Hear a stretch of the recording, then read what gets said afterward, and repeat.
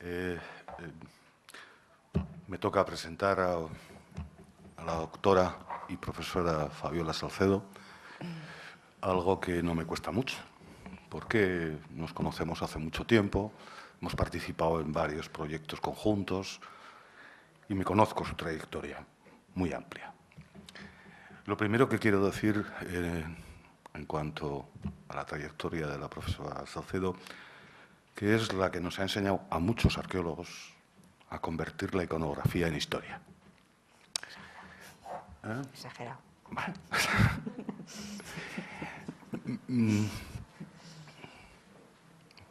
Veo que siguen entrando compañeros vuestros.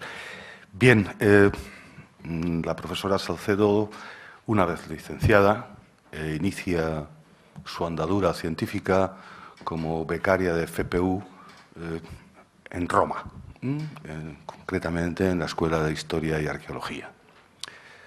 Después, y también siguiendo su currículum científico, digámoslo así, recae en la Universidad de Perugia. Después vuelve a la Escuela Española, donde comienza su trabajo, que todavía dura, en el proyecto, uno de los proyectos, por no decir el principal, de la Escuela Española, que es el proyecto Tusculum, haciéndose cargo del estudio de la escultura, que en estos momentos es un estudio ya concluido y que está en prensa. Es un trabajo ímprobo, porque la escultura de Tusculum, corrígeme si me equivoco, Fabiola, creo que al final son casi 3.000 piezas, ¿no? Una cosa así. Bueno, por ahí, que además están distribuidas por todos los museos del mundo. Un trabajo ímprobo. Bien, después de ese proyecto, Tusculum, que como digo, prácticamente todavía está, ya veremos en el futuro, todavía está en funcionamiento, la profesora Fabiola Salcedo entra en la dinámica universitaria, primero a través del Departamento de Historia del Arte de la SEC en Segovia y posteriormente ya, como queda claro, en la Universidad Complutense como profesora titular, de arqueología en este caso. Y ya para finalizar, porque la que tiene que hablar es ella y no yo, decir también que en estos momentos compartimos, además, ella es la directora, yo solo un investigador, compartimos un proyecto sobre iconografía y aculturación en Cartago, en Túnez. Yo creo que es suficiente bagaje para que nos hable precisamente del valor de la iconografía a la hora de interpretar también en arqueología. Su tesis doctoral, además, es muy evidente en este mismo sentido. Se la dedicó a la iconografía de la provincia, a las provincias africanas, en la escultura y en las representaciones de todo tipo. Pero de todo ello nos hablará mucho mejor que yo, ella misma. Fabiola. Muchísimas gracias, Julio, profesor Núñez, por esta presentación. Julio, amigo, colega de tantísimos años, como ha dicho, en los proyectos de Italia y actualmente en el proyecto de Túnez, ¿no? Así que muchísimas gracias también por haber tenido la amabilidad también y la iniciativa de invitarme, de proponerme como ponente en este seminario, en este coloquio, para hablar precisamente de un tema que bueno, él mismo me sugirió como algo que podría ser interesante para los estudiantes de arqueología y también de mundo clásico en general. Por supuesto, mi agradecimiento al Departamento de Estudios Clásicos, en la persona del profesor Juan Santos, por haberme invitado a este seminario, a Maite Muñoz, a Elena, al Instituto de Estudios Clásicos y, por supuesto, al Máster de Estudios Clásicos. a todos mi agradecimiento y a todos los presentes en la sala. Como decía, esta conferencia que voy a impartir pues, fue por sugerencia del profesor Núñez como algo que podría ser interesante, ¿no?, en este ámbito. He de decir que ha sido muy oportuna la conferencia anterior del profesor Vila, por eso decía, me ha venido muy bien esa conferencia, porque la magnífica conferencia que hemos podido escuchar del profesor Vila hablando precisamente de propaganda y verdad en los textos griegos, bueno, pues ahora vamos a tratar de una cosa que tiene algo que ver. Propaganda y verdad, pero esta vez utilizando las imágenes. ¿Qué nos dan las imágenes frente, en algunos casos, a los textos escritos? Las imágenes, evidentemente, pueden completar los textos escritos, pero también hay veces que nos dan una información diferente. Y en ese sentido va muy acorde con la intervención del profesor Vila que acabamos de escuchar. Y, digamos, como moraleja final, que podríamos decir, ¿no?, que agrupara un poco, que uniera un poco la intervención del profesor Vila y la mía, es que, bueno, al final nada es lo que parece y que hay que tener una visión crítica siempre de los textos y de la historia. Y para eso hay que utilizar todas las fuentes posibles que nos sean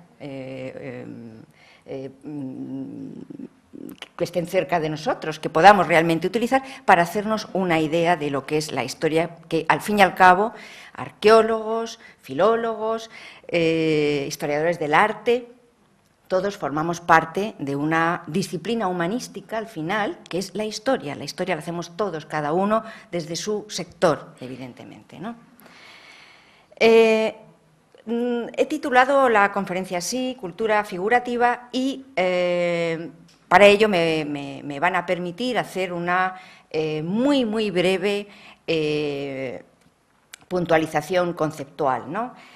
Bueno, voy a tratar de esa especie de introducción conceptual, voy a hablar un poco de historiografía, un poco de la metodología que utilizamos para el análisis de las imágenes y, por supuesto, el objetivo principal, ¿qué aporta el estudio de la cultura figurativa a la arqueología, ¿no?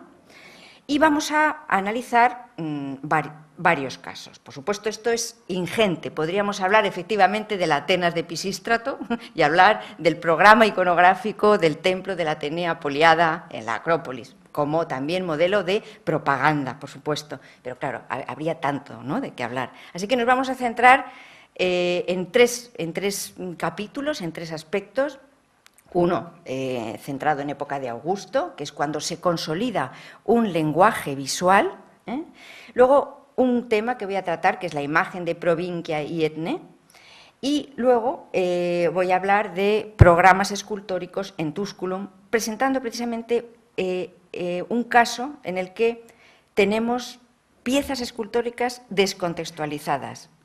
Se pueden inferir datos, se puede llegar a conclusiones, podemos hacer reflexiones de carácter ideológico, histórico, a través de piezas arqueológicas. No olvidemos que las esculturas son también piezas arqueológicas, además de artísticas. Se pueden llegar a ese tipo de conclusiones, aunque esas piezas estén descontextualizadas, sí, pero eso naturalmente incluye una metodología especial.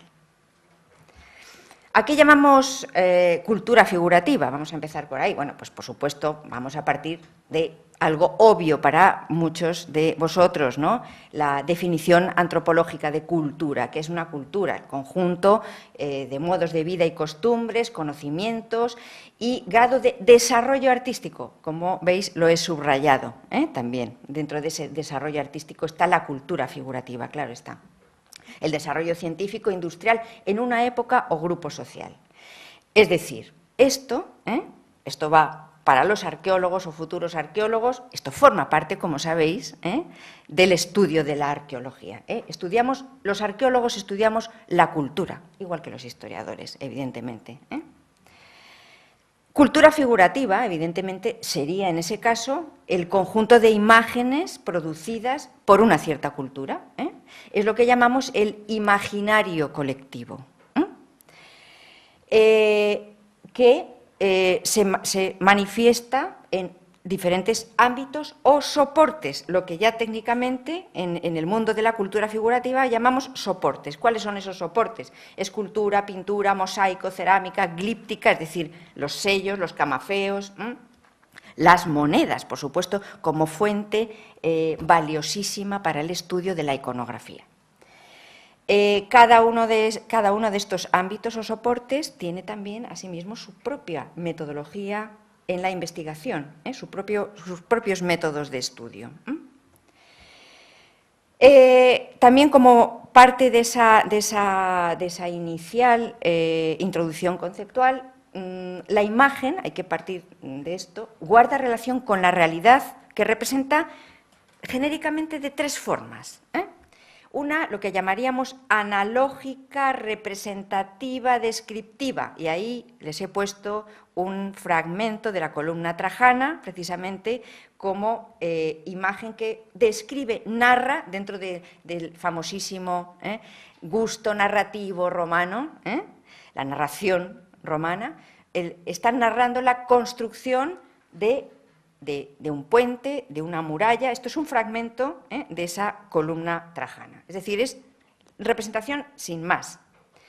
Luego hay la simbólica, y ahí he puesto algo evidentemente conocido por todos, la loba capitolina. Simbólico, aquí en este sentido entraríamos un poco en el lenguaje de la semiótica, muy importante, y de la semiología.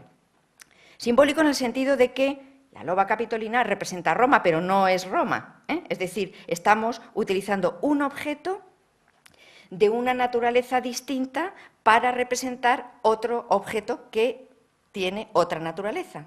Es decir, es lo que llamamos en semiótica un símbolo.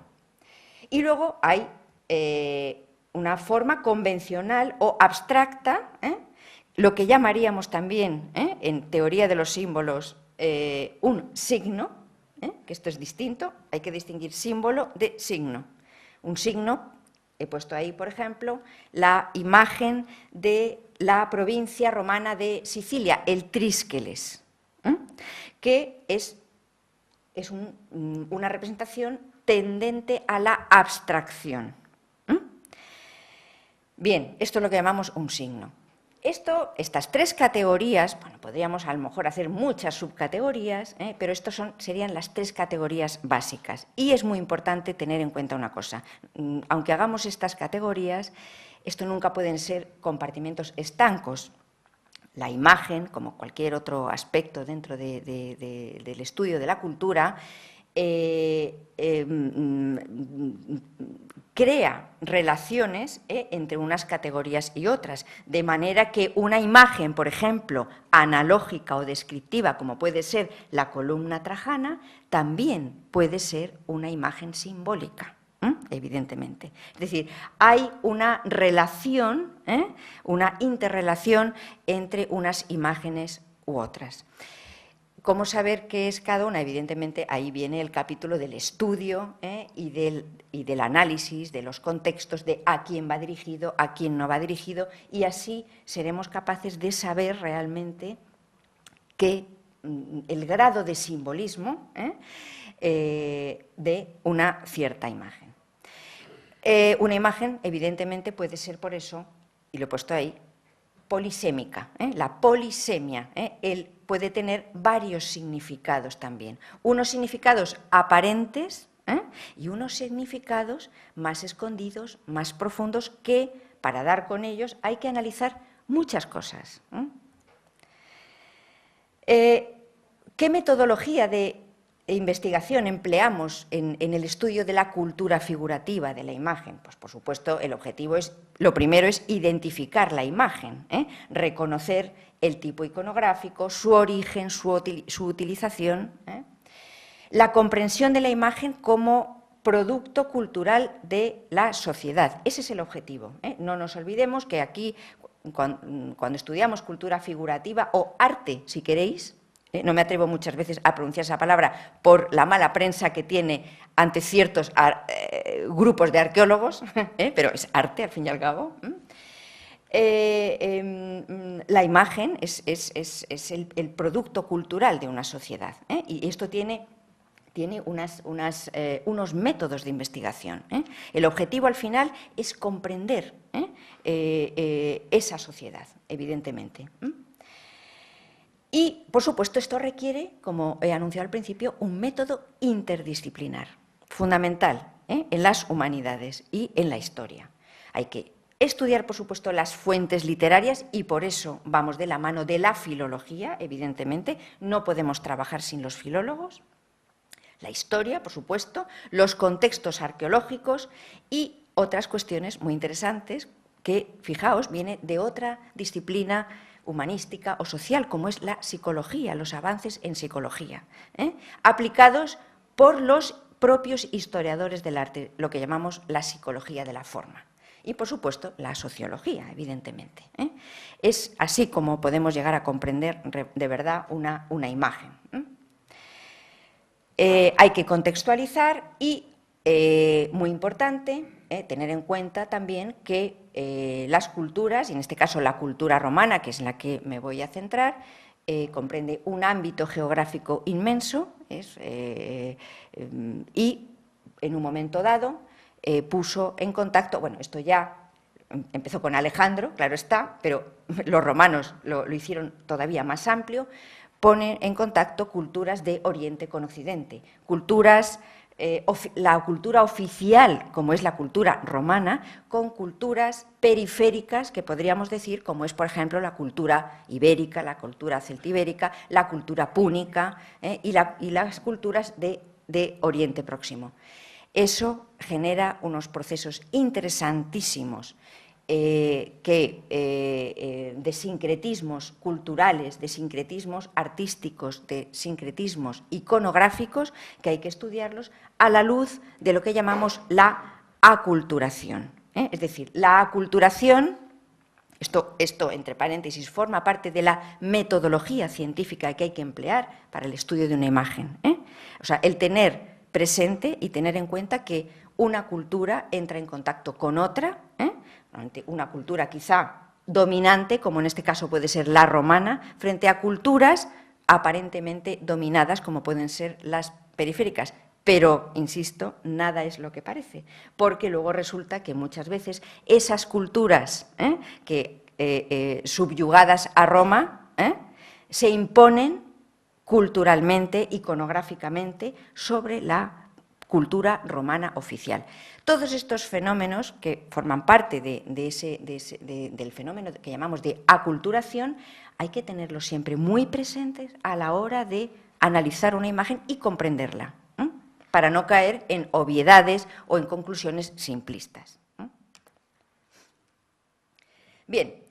Una cuestión muy breve que me ha parecido, esta diapositiva la había quitado, pero luego la he vuelto a poner, porque me parece que podría ser interesante para los estudiantes de arqueología, no sé si habrá aquí algún estudiante del grado de Historia del Arte o para los estudiantes de Mundo Clásico, que sepan por lo menos una cuestión metodológica que tiene que ver con el estudio de la imagen. Y son, fijaos, las teorías del arte que en el siglo XX, finales del XIX y en el siglo XX, influyeron en el estudio de la cultura figurativa, y ya he añadido grecorromana. Bueno, pues estas metodologías, aunque nos choquen, vienen del ámbito de los historiadores del arte. La historia del arte también ha tenido una revolución epistemológica importante, igual que la ha tenido la arqueología con la New Archaeology y todas esas cosas, la ha tenido también los historiadores del arte. ¿Y cómo? Pues justamente a través del contacto y del estudio interdisciplinar con otras disciplinas sociales del ámbito de las humanidades y de las ciencias sociales. Como decía, por ejemplo, la psicología también. Böhlflin, gran historiador del arte, son historiadores del arte en general, del Renacimiento y del Barroco, es el que dio paso a lo que llamamos los formalismos, es decir, el estudio de una imagen a través de la forma. Muy importante. Fijaos, cuando nosotros en una imagen hablamos de una composición abierta o cerrada o un claroscuro, estamos utilizando términos que vienen de esta disciplina, aunque no lo sepamos. Esto fue formulado por este señor, Heinrich Böhlflin, importantísimo. No me voy a extender en esto, pero quería que lo conocierais un poco, que probablemente algunos lo conozcáis, pero por si acaso. Otra teoría del arte importantísima para el estudio de la cultura figurativa. La Einfühlung o, en la traducción, traducida como teoría de la proyección sentimental o empatía. Esto fue formulada ya en 1903 por un señor, era un filósofo del arte, en este caso no se había centrado en el estudio del arte de nada en concreto, era un filósofo del arte que se llamaba Boehringer, Wilhelm Boehringer, y escribió un libro que se llamaba Abstraktion und Einfühlung, o sea, traducido al castellano, una traducción no muy adecuada, pero bueno, se llamó Abstracción y Naturaleza. Bueno, que lo conozcáis esto, muy importante, la teoría de la empatía. ¿Por qué tenemos empatía con un cierto tipo de imágenes y por qué con otras no? Bueno, esto sería otro curso. Lo que os decía, la psicología de la forma o del estilo, lo que se llama la teoría de la percepción visual. Ernst Gombrich, gran historiador del arte, y que siguió un poco los pasos de Boehringer en la teoría de la empatía y de la proyección sentimental, pero, por supuesto, ampliándolo con estudios ya muy profundos de historia del arte, de toda la historia. Bueno, uno de los libros de cabecera para los historiadores del arte es el libro de Gombrich, Historia del arte, que es un libro así de gordo, pero que se lee como si fuera una novela. Como son las cosas, y es una Biblia, es algo maravilloso. Y se lee así porque las cosas sencillas, pero buenas, se leen así. Cuando una cosa es demasiado farragosa y que no se entiende, cuidado, algo falla, algo no está funcionando. Pero cuando te cuentan una historia de verdad en la que todo te encaja como un puzzle, pues quiere decir que realmente es algo bueno, ¿no? No hay que ser barroco a veces en las expresiones. Y otra de las teorías del arte, filosofía del arte, que, insisto, lo hemos etiquetado como filosofía del arte, pero es filosofía de la historia. La llamada Kunstwollen o la teoría de la voluntad artística, formulada por Alois Riegel en 1901. Fundamental porque él fue quien dio el primer paso para empezar a valorar expresiones artísticas que se consideraban pues secundarias, rústicas incluso, toscas, como por ejemplo el arte del Bajo Imperio Romano. De hecho, la tesis de Alois Riegel es justamente de spätrömische Kunstindustrie, o sea, la industria artística del Bajo Imperio. Las artes industriales, las llamadas artes industriales en el Bajo Imperio. Alois Riegel reivindica el valor de aquellas expresiones artísticas que no se correspondían con el arte sublime griego, que, por supuesto, tiene una fecha, que que es mediados del siglo V a.C., época de Pericles, la democracia ateniense, y que fue encumbrado, como todos sabemos, por Winckelmann, que dio un paso de gigante en la filosofía del arte, pero también creó unos falsos sinónimos de las cosas, como por ejemplo el hecho de decir que el mejor arte es el arte griego del siglo V. Todo lo demás no vale. Bueno, pues Alois Riegel fue el primero que puso la primera piedra para decir, no, esto no es así. Hay que reivindicar también esas expresiones artísticas que nos parecen, pues, de poca importancia, o porque son toscas, o porque no. ¿Y por qué hay que reivindicarlas? Porque hay una cultura detrás y hay lo que él llamó una voluntad artística. Bueno, esto, como digo, también sería objeto de más discusión y de comentarlo más ampliamente. Pero si ustedes tienen interés, ahí tienen, también tienen una serie de nombres en los que pueden investigar si les parece oportuno. Bueno, esta es una frase que me ha parecido interesante para partir, de Laure Blanchet, un gran prehistoriador. Escribió en una de sus obras en 1999 esta idea. Nunca ha habido la más mínima oposición, al contrario, siempre ha habido una estrecha asociación entre función estética y función utilitaria, religiosa o mágica. Esto refiriéndose al arte. Él hace Laure Blanchet estudia el arte prehistórico, tan discutido acerca de cuál es la función del arte prehistórico, cuál es la cultura el sentido de la cultura figurativa prehistórica. Bueno, pues efectivamente la realidad es poliédrica siempre, ¿no? Y entonces esta frase creo que es adecuada para tener en cuenta que realmente unas categorías no están enfrentadas a otras, sino que hay que tener en cuenta todas esas cuestiones que he mencionado, ¿no? El estudio del origen, desarrollo, interpretación y contextualización de la cultura figurativa es lo que llamamos iconografía o iconología. Son dos categorías diferentes, pero normalmente para abreviar y por convención decimos iconografía.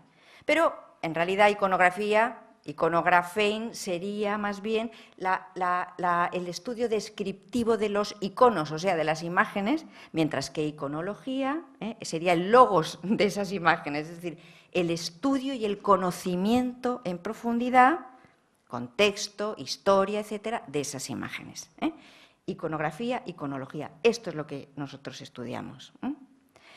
Y un poquitín de historiografía.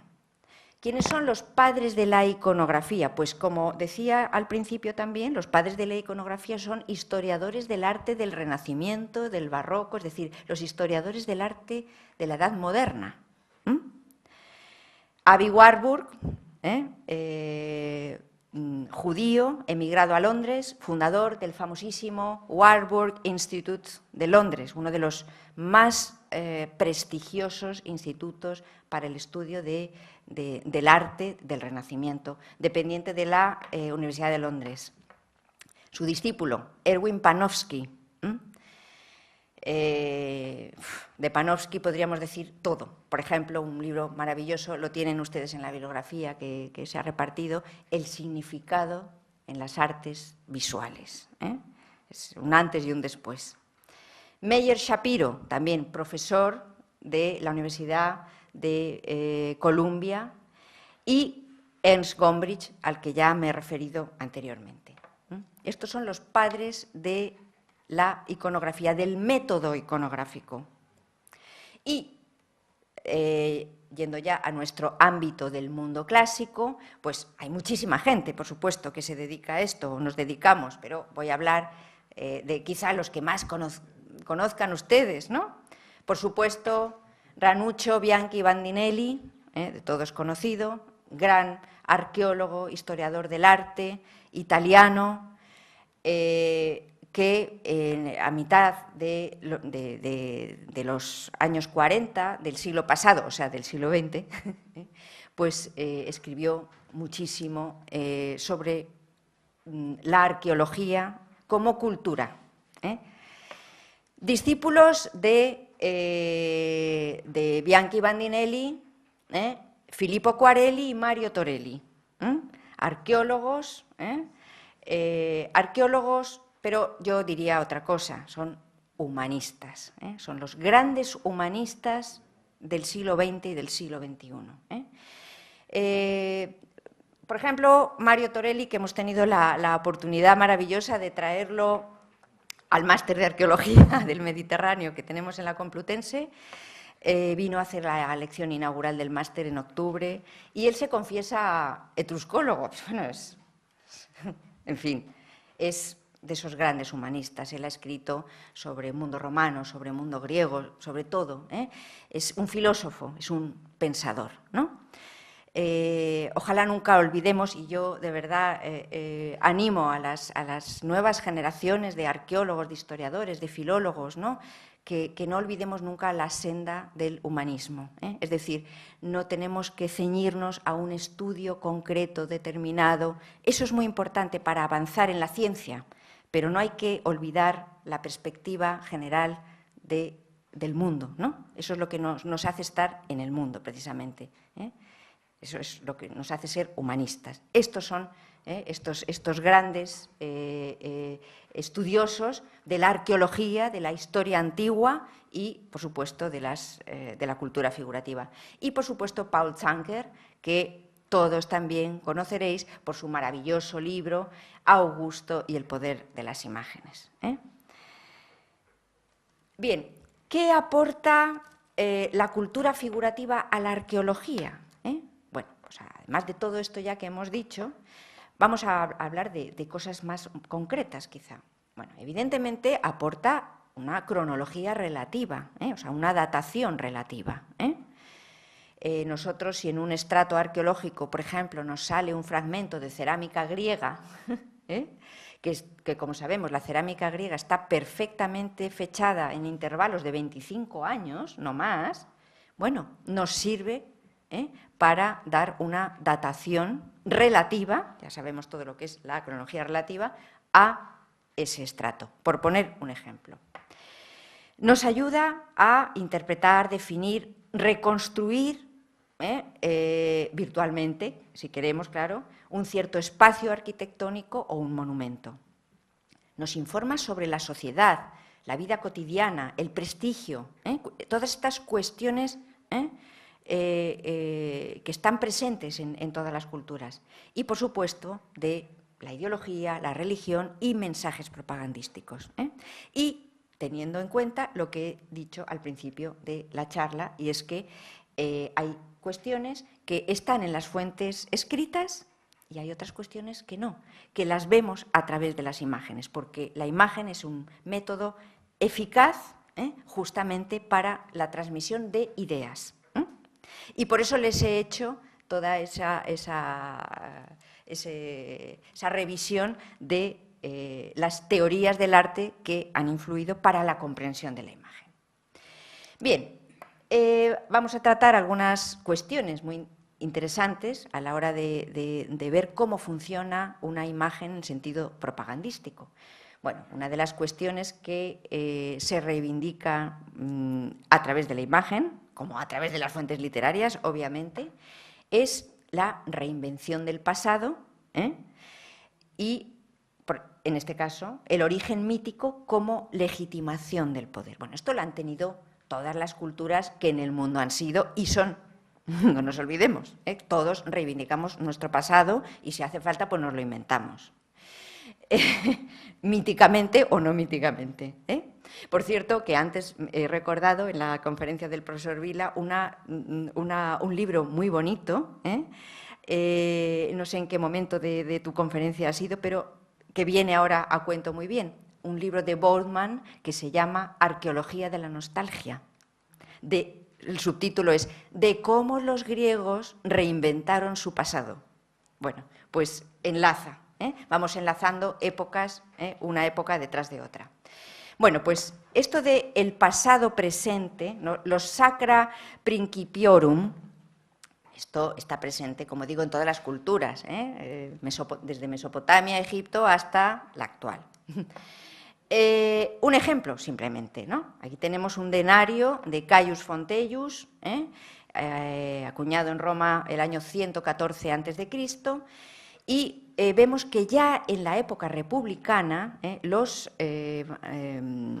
magistrados monetales pues, también utilizaban sus pasados o inventaban un pasado mítico precisamente para exaltarse a sí mismos en un ejercicio de propaganda familiar, de reivindicar el pasado. En este caso, bueno, pues tenemos en el anverso los Dioscuros, por supuesto, y en el reverso tenemos la nave de Odiseo, o sea, Ulises, de los que pretendían hacerse descendientes la gens Fontella. ¿Por qué? La gens Fontella está vinculada a Tusculum y Tusculum fue fundada míticamente por Telégono, que ya sabemos que está vinculado a Ulises, evidentemente su hijo. Entonces, aquí no dudan ni siquiera un momento en representar la nave de Odiseo. Es decir, están reivindicando esos orígenes míticos. Voy a ir un poco ligera, porque si no... Otro aspecto, por supuesto, importantísimo, de propaganda, apelar a la tradición como garantía de legitimidad, y he puesto entre paréntesis, y de ascenso. Y, por supuesto, tenemos a Octavio Augusto. Augusto fue el que supo diseñar perfectamente, utilizando elementos anteriores, pero supo darles un sesgo muy específico y muy sólido para asentar su política cuando llega al Principado.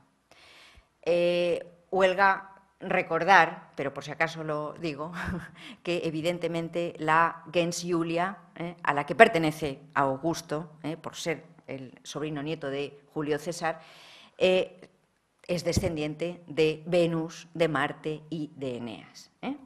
Y un verso de Virgilio, de la Eneida: nacerá troyano César de limpio origen, que el imperio ha de llevar hasta el océano y su fama a los astros. Julio, con nombre que le viene del gran Iulo. Bueno, todos conocemos la saga, la genealogía de la familia Julia, a la que pertenece Julio César, evidentemente.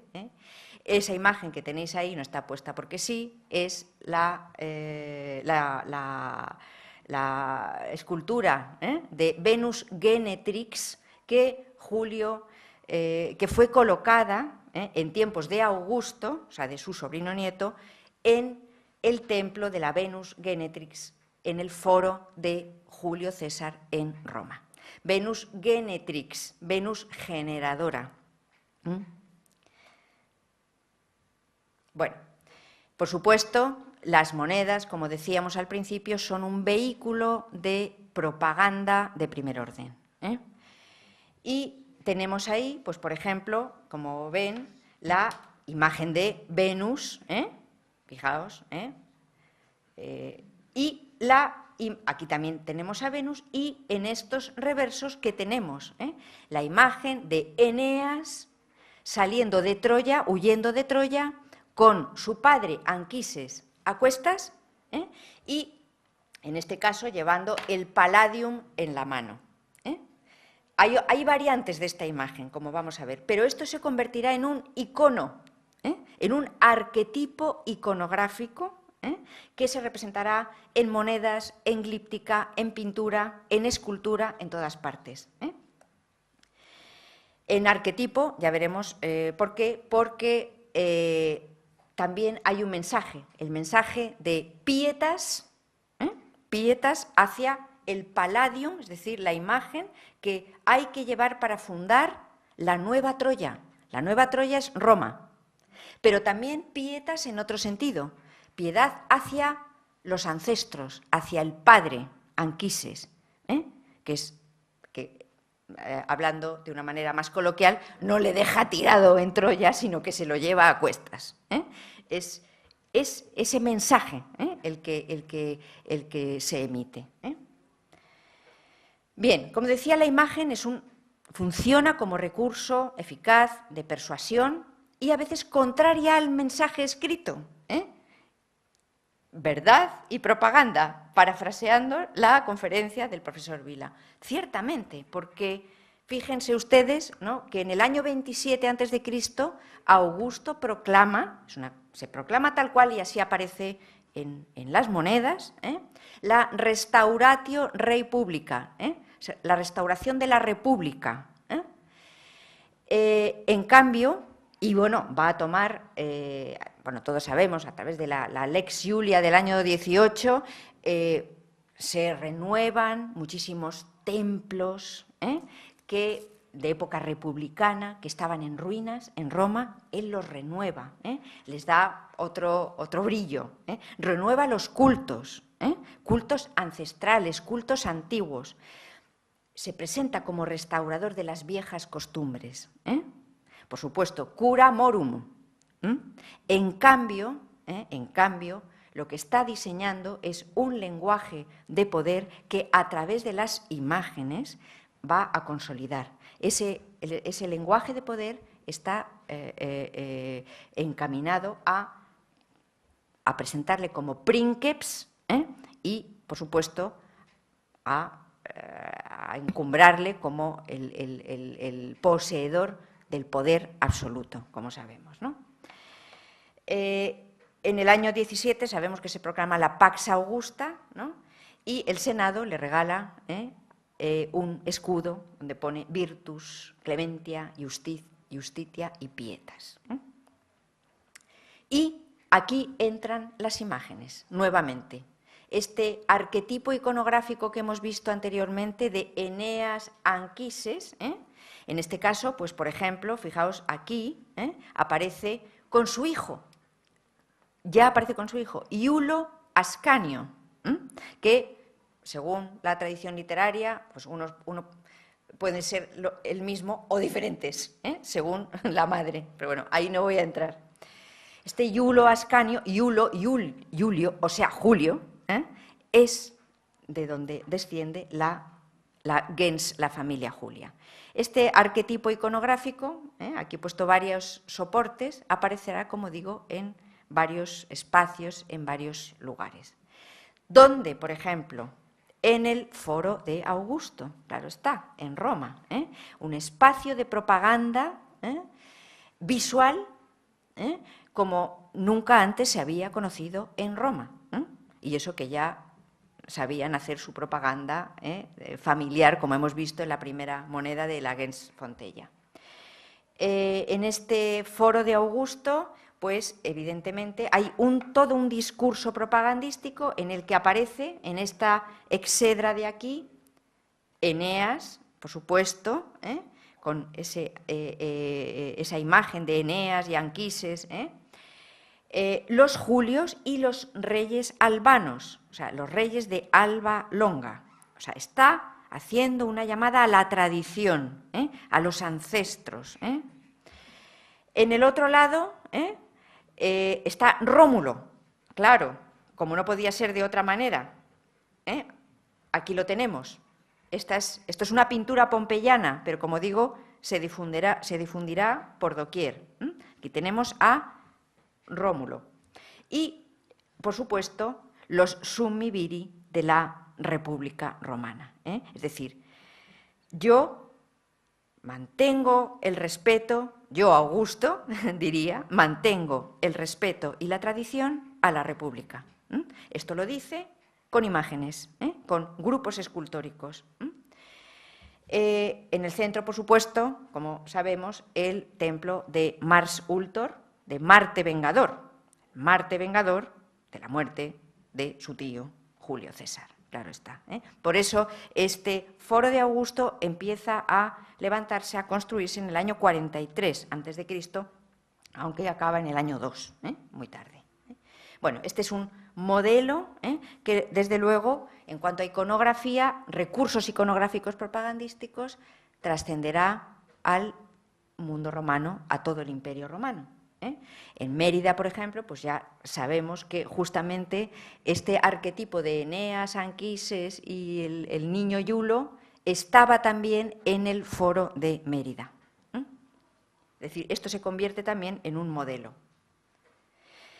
Voy a mencionar ahora un ejemplo de todos conocidos, por supuesto, pero no me lo podía saltar porque obviamente aquí hay un ejercicio de propaganda visual perceptible en dos niveles, además. Un nivel visual evidente y otro menos evidente. Vamos a verlo. El Ara Pacis Augusta, que conmemora, pues por supuesto, la idea que he escrito ahí debajo, conmemora la era de la paz que trae Augusto, fin de las guerras en Hispania, fin de las guerras civiles, por supuesto. Él es el vencedor, recordemos, de Actium, que se encargará muy mucho de recordarlo constantemente, entre otras cosas por ser tan devoto del culto de Apolo, contrario al culto a Dioniso, de quien era devoto, como sabemos, Marco Antonio. Bueno, aquí se conmemora la paz, pero no se conmemora de cualquier manera. No voy a hablar de los detalles arquitectónicos del monumento, que también podríamos hablar, porque es muy interesante, pero me voy a fijar en la iconografía, en la representación figurativa que hay, ¿no? El mensaje es la paz y el orden como símbolo del buen gobierno. Y la paz trae abundancia y orden. Algo que, bueno, esto lo vemos en época de Augusto, pero insisto, y esto es lo bueno de conocer el mundo antiguo, el mundo clásico, lo podemos extrapolar a cualquier momento de nuestra historia contemporánea, en cualquier lugar del mundo, si queremos. Es decir, estos son mensajes que han funcionado siempre como propaganda, sea verdad o sea mentira. Bien, ¿qué representaciones tenemos aquí? Evidentemente, Eneas realizando el sacrificio ritual en Lavinium, que es ese panel que tenemos ahí. Es decir, en el otro, Marte y la loba con los niños Rómulo y Remo, todo reconstruido. No voy a hablar aquí tampoco porque sería otro asunto, las circunstancias del hallazgo del Ara Pacis, que no es el sitio original, como sabéis, era otro lugar, ¿no? Pero se reconstruyó ahí. Bien. Es decir, en este lado del altar, el altar propiamente dicho, como sabéis, está dentro, esto actúa como témenos un poco. Aquí se reivindica los orígenes, la genealogía divina de la Casa Julia. En el otro lado, ¿qué tenemos? Bien, esta personificación, que para algunos es Telus, la tierra o la abundancia, con toda suerte de atributos y de imágenes que conectan con esta idea. Los niños, los animales, los vientos, todo. Y en el otro lado, la dea Roma, la diosa protectora de Roma.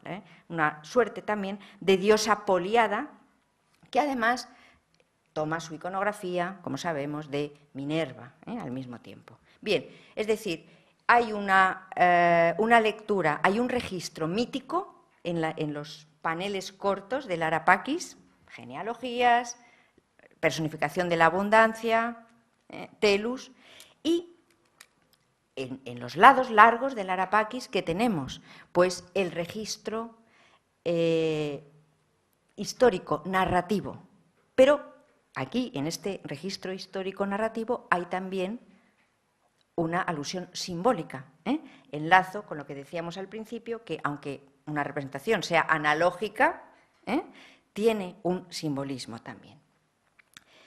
Hay las procesiones de familiares, de los sumiviri, de los augures, de los flamines de Roma. Están los retratos, todos los se sabe exactamente quién es quién. Están Algunos no se sabe, por eso están en interrogante, pero se han podido identificar perfectamente los distintos personajes de la familia Julio-Claudia, ¿no? La procesión norte, los septemviril, los augures, en el lado sur, lo mismo. Es decir, este registro que es narrativo, descriptivo, está funcionando también como en un registro simbólico, porque la lectura es que es esta familia y estos magistrados, estos sacerdotes de Roma, o sea, es el Estado, el Estado romano, es la urbe, quien trae realmente la paz y la prosperidad bajo el gobierno de Augusto, naturalmente, que está presente en la procesión. Y la familia, claro. Interesante.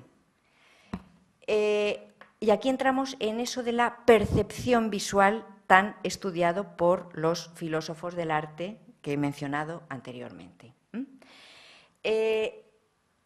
Se está imitando el arte clásico para transmitir la sensación de orden y simetría. Como sabréis probablemente, es en época de Augusto cuando se reivindica lo que se llama el neoaticismo en arte. Es decir, es una vuelta al estilo ático. No a cualquier estilo ático, al estilo ático del Partenón. Y por eso os he puesto aquí dos imágenes que pueden muy bien compararse, que es el Ara Pacis y aquí un fragmento del friso del Partenón. Si analizamos esa composición, o sea, cómo están colocadas las figuras no están colocadas al modo del altar de Pérgamo, donde hay tal acumulación y tal movimiento de figuras que es imposible reconocerlas. Y lo que se transmite en el altar de Pérgamo es precisamente ampulosidad, confusión. Aquí no. Aquí lo que se busca es claridad. Y la claridad se consigue por orden y simetría. Esto es algo básico en este movimiento neoático que empieza a reavivar justamente Augusto. Aunque Augusto no solamente utiliza el arte ático del siglo V, también utiliza otro recurso propagandístico interesante, el neoarcaísmo, precisamente por esa reivindicación de la tradición y de mundos antiguos. Esto es una cuestión importante de tener en cuenta, que nos transmite una imagen, que nos hace percibir.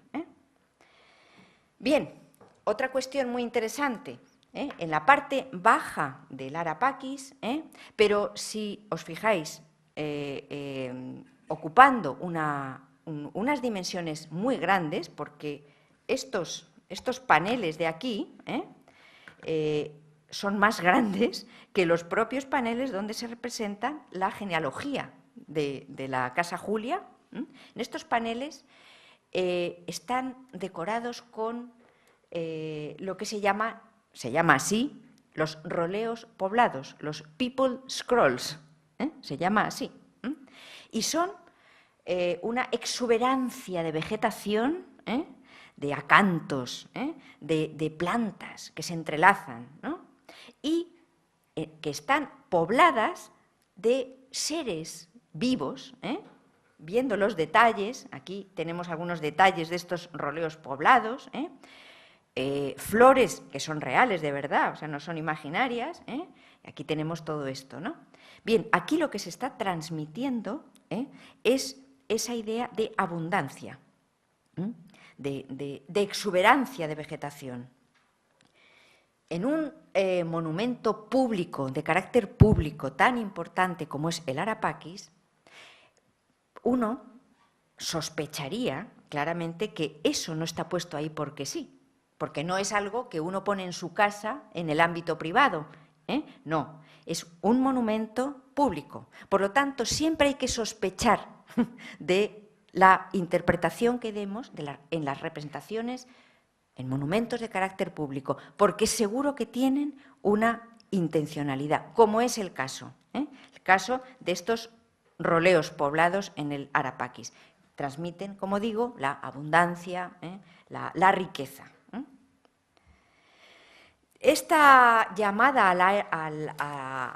al mundo clásico, al mundo neoático, bueno, podríamos poner montones de ejemplos, pero he puesto el más famoso, la propia estatua del Augusto de Primaporta es un trasunto del Doríforo de Policleto.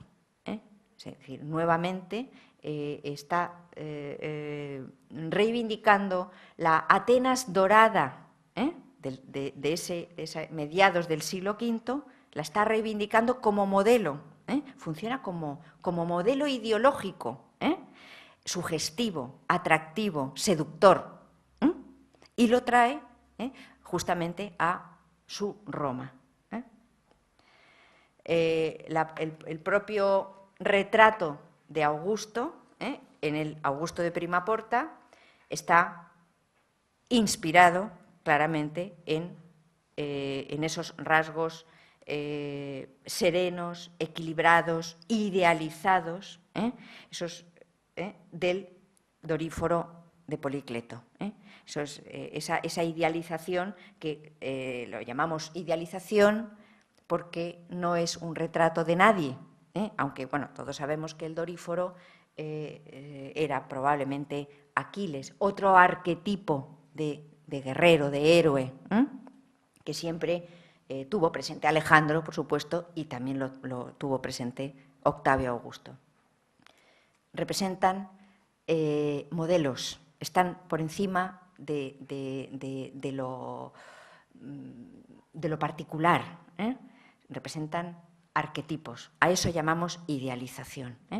Augusto, aquí su retrato, ciertamente podemos reconocer algunos de los rasgos, pero también está idealizado porque pretende constituirse un poco en un arquetipo, claro está.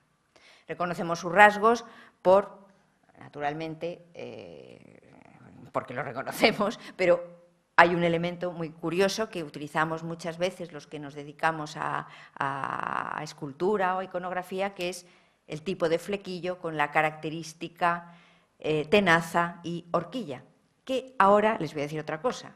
Nuevamente, pues muchas veces se ridiculiza los que estudian los retratos. ¡Ay, ya están con el rizo!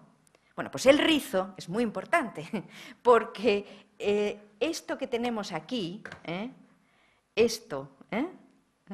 la horquilla y la tenaza, que es esto que está aquí, será utilizado como signo y símbolo, en este caso, de pertenencia a la casa de Augusto y a los herederos de Augusto. Cayo y Julio César, cuando se les realiza los retratos de adopción, que se llamaba, se les coloca la horquilla y la tenaza. ¿Por qué? Es una forma indirecta, que solamente se percibe visualmente, porque eso no está escrito en ninguna parte, claro está, es una forma indirecta de decir, estos, mis nietos, van a ser los herederos. Bueno, luego los pobrecitos ya sabemos que nunca llegaron a ser. Pero Tiberio, cuando se hace también los retratos de adopción, también se coloca la horquilla y la tenaza. Luego ya no, luego ya se peinó como le da la gana. Pero son símbolos claros de un cierto estatus político. Es decir, que cuando alguna vez oigáis por ahí, ¡vayan los rizos! No, no, cuidado. Esto todo tiene su sentido. Claro, todo tiene su sentido, ¿no? Bien, otra de las cuestiones que quería comentar, la divinización del emperador como legitimación del Estado. Es otro de los mensajes propagandísticos que, por supuesto, vemos a través de las fuentes escritas, pero mucho a través de la imagen, de la iconografía, de la cultura figurativa. Naturalmente, quien dio el do en esta composición musical, pues fue Augusto al levantar el templo del Divus Iulius en el Foro Romano, el templo dedicado al divino Julio, en el Foro. Ahí empezó. ¿Qué imágenes nos transmiten la idea del emperador como divinizado? Bueno, pues son imágenes como, por ejemplo, esta que veis que podemos verla en monedas, por supuesto, pero en escultura también. El emperador sentado, heroizado. Heroizado significa representado como los héroes griegos. Es decir, desnudo o semidesnudo con solo un manto. Eso es lo que llamamos heroización. Algo, fijaos, ajeno al mundo romano. El romano antiguo, el romano republicano, incluso también el romano imperial, viste la toga. La heroización es ajena al mundo romano. ¿Cuándo se utiliza? Cuando se quiere equiparar un general o un gobernante o un emperador a los dioses. Cuando se diviniza, algo que evidentemente sabéis perfectamente que no sucedía hasta después de muertos. La divinización es póstuma, al menos en Occidente. En Oriente es otra historia, porque en Oriente hay una tradición justamente griega y, por supuesto, oriental. Tenemos el mundo persa que antes nos hemos aproximado. Hay una tradición, por supuesto, de divinización del monarca en vida. Claro está. Eso es ajeno a la cultura romana, por lo menos de Roma, de Occidente, ¿no? Bueno, esto es lo que se llama, por supuesto, la palabra técnica, el Hüftmanteltypus se denomina así en iconografía, es decir, el manto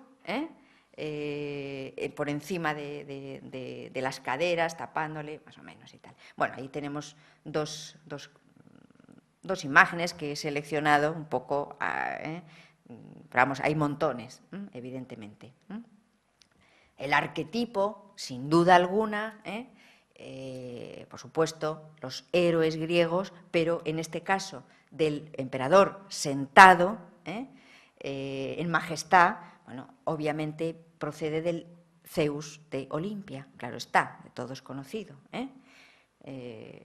A partir de ahí, pues este tipo de esquema iconográfico de divinización se difundirá por todas partes. También tenemos el esquema de el emperador de pie, heroizado nuevamente. En este caso, aquí no, este no es un emperador, este de aquí es el famoso general de Tívoli, este que tenemos aquí, heroizado a la griega también. Es decir, que ya también los generales podían entrar en esta dinámica. Hay imágenes también arquetípicas de las que procede este esquema, como por ejemplo el Júpiter tonante, obra de Leócares. Bien, voy ahora, entre los muchísimos casos que podríamos analizar, voy a analizar ahora otro, voy a presentar otro caso en los que podemos ver cómo funciona también la propaganda. No sé cómo voy de tiempo, fatal, ¿no? Bueno. Interesante es también cómo se difunde la propaganda romana sobre los pueblos conquistados, los pueblos, las provincias, las etne, las provinciae. Bueno, importantísimo tener en cuenta esto, el imperio es romano, no latino, es decir, lo que decíamos anteriormente, justamente para tener presente todos los casos de aculturación, etcétera, etcétera, ¿no? Las tradiciones anteriores. Todo esto se refleja en la iconografía.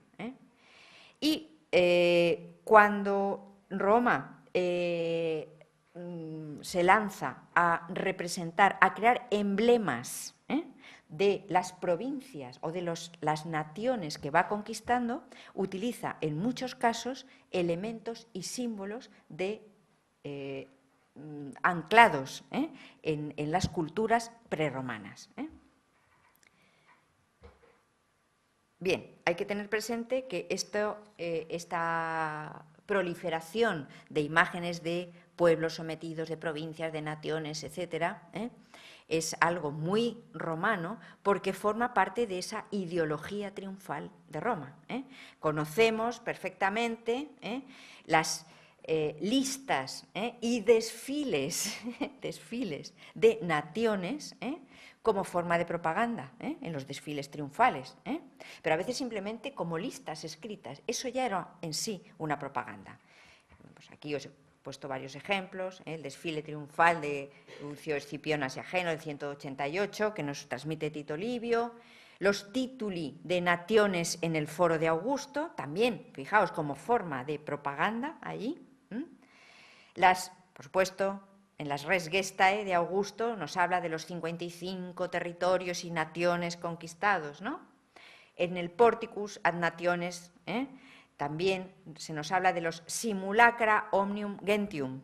O sea, simulacra son las imágenes. Ese es uno de los términos que se utiliza para referirnos a imágenes.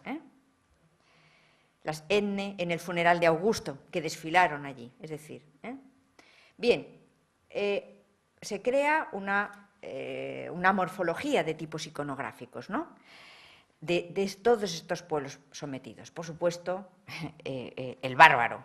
La imagen del bárbaro está presente en esta iconografía triunfal romana, ¿no? Pero luego tenemos las personificaciones, es decir, una cierta provincia, una cierta nación, representada en forma femenina o masculina, en forma de persona, por eso se llama personificación, es una alegoría. En el lenguaje iconográfico eso se llama alegoría, personificación. Y hay dos tipos, la provincia capta, la provincia fidelis, dependiendo del grado también de sometimiento y del grado también de lo que podríamos llamar, siempre entre comillas, romanización. Y luego, interesante, los atributos simbólicos de esa natio o etne que a veces están presentes. Bueno, los bárbaros se presentan en la propaganda como los contrarios a las romanitas. Y, bueno, la imagen típica del bárbaro es esta, por ejemplo, que tenemos aquí, ¿no? Vestidos con esas bracae largas, esas túnicas y sobre todo el pelo alborotado, barbados, o sea, contrarios a ese atuendo de romanidad, ¿no? Que tenían los romanos. Bueno, en este denario de César, pues por ejemplo, aparecen ahí maniatados junto a un trofeo, o aquí, por ejemplo, en este denario de Trajano.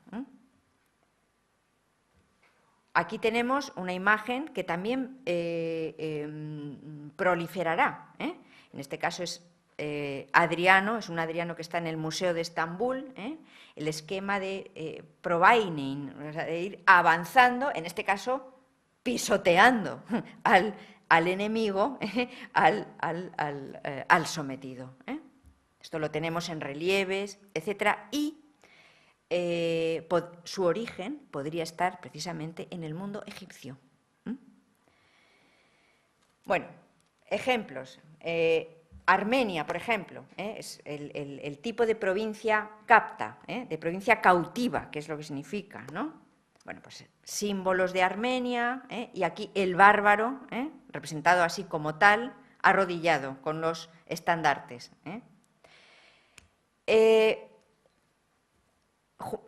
La otra cara de esto, la otra cara de esta representación de sometimiento de los bárbaros, de los pueblos sometidos, es la propaganda de la clementia imperial.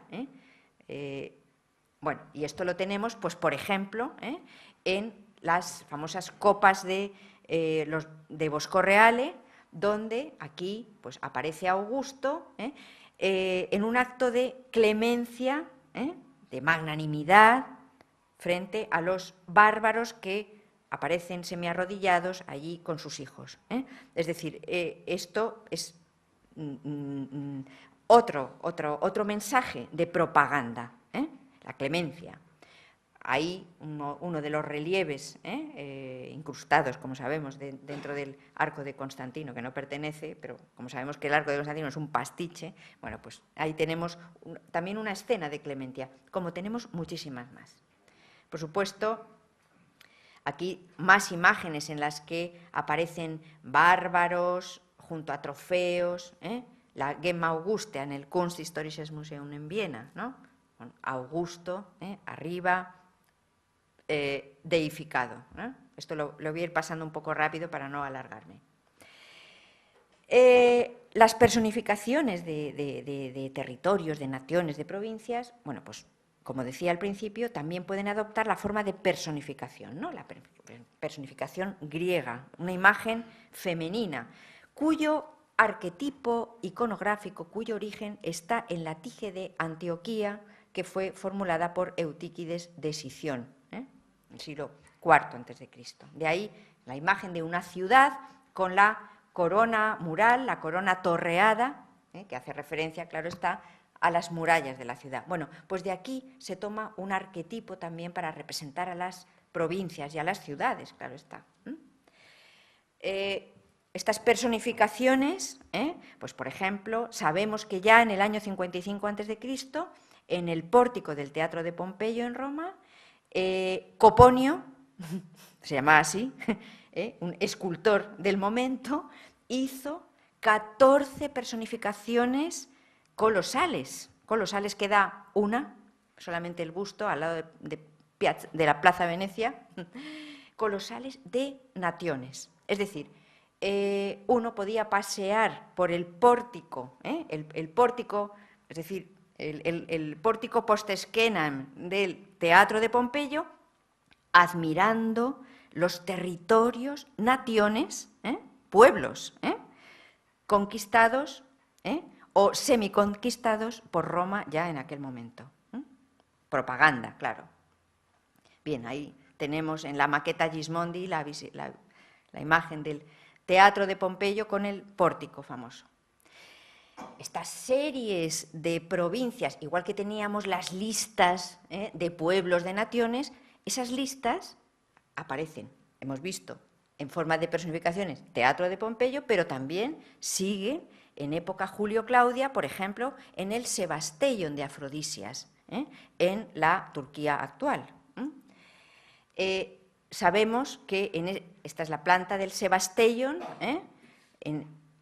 y esta es la reconstrucción allí, en Afrodisias, de las 50 naciones del imperio. Naciones que algunas eran provincias, tal y como nosotros, la acepción que le damos, pero otras eran simplemente pueblos, pueblos. Ejemplo, uno de los más famosos, la Britania sometida por Claudio.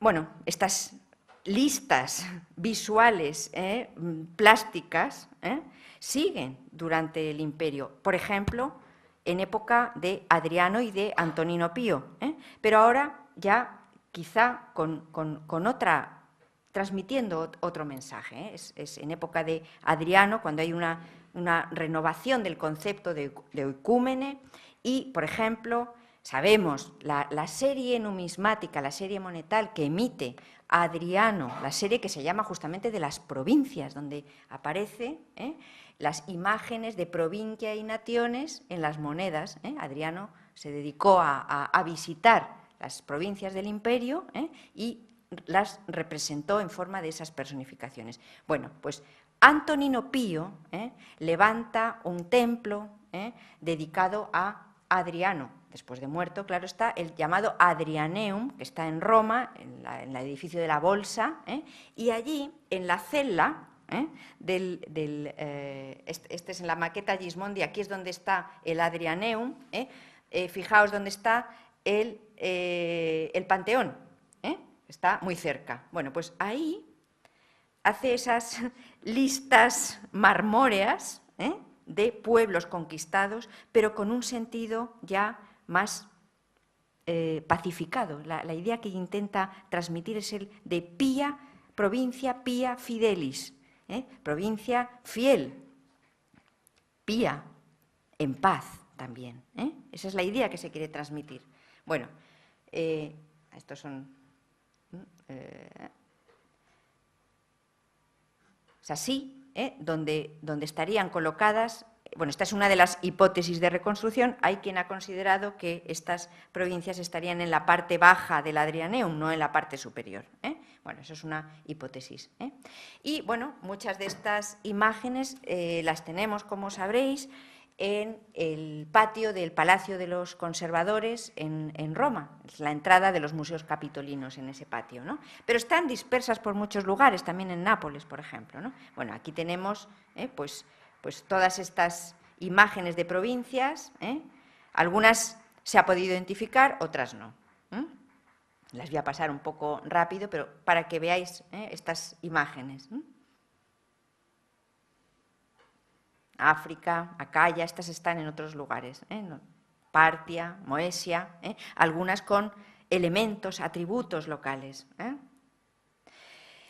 Y, por ejemplo, este paso de provincia capta a fidelis, pues lo vemos en esta moneda de Aegypto capta, emitida en el año 31 a.C., precisamente con el cocodrilo, elemento local, y aquí, en esa serie monetal a la que aludía de Adriano, aparece como provincia fidelis, es decir, como una personificación femenina tranquilamente semi-recostada, con elementos propios de la cultura egipcia. El sistro, aquí, y el ibis, en alusión a los cultos a Isis, claro.